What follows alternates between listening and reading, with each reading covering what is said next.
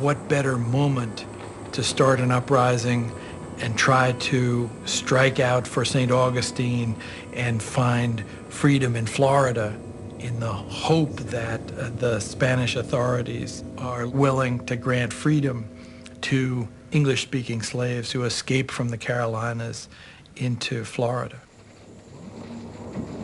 On the march south, the Africans did not kill every white they encountered.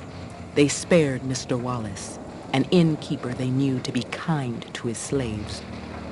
But before the day ended, they had killed more than 20 people.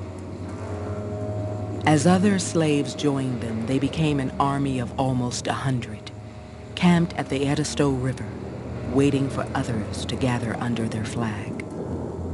The entire force of English North America was going to come down on them, because this was an issue not merely for those in South Carolina immediately surrounding this area.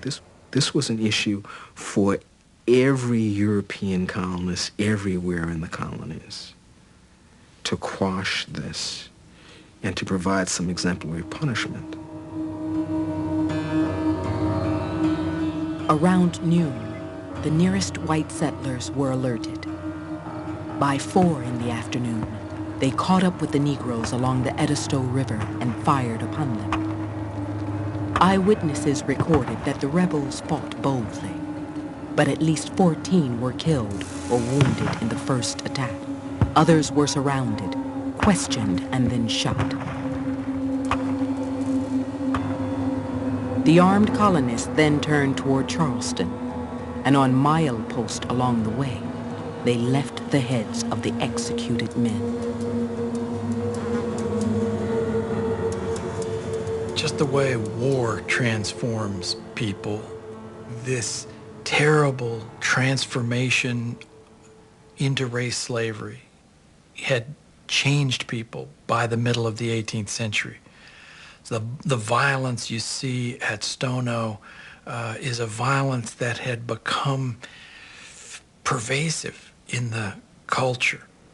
By the middle of the 18th century, this had become a way of life in the English colonies. Stono was sort of the beginning of the concept that the black population had to be utterly controlled.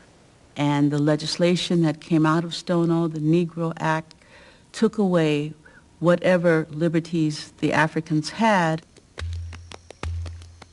Freedom of movement, freedom of assembly, to earn money, to learn to read, all were outlawed.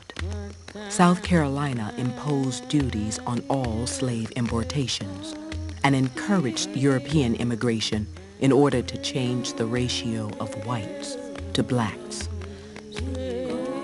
The Negro Act became the model for slave laws throughout the mainland of British America.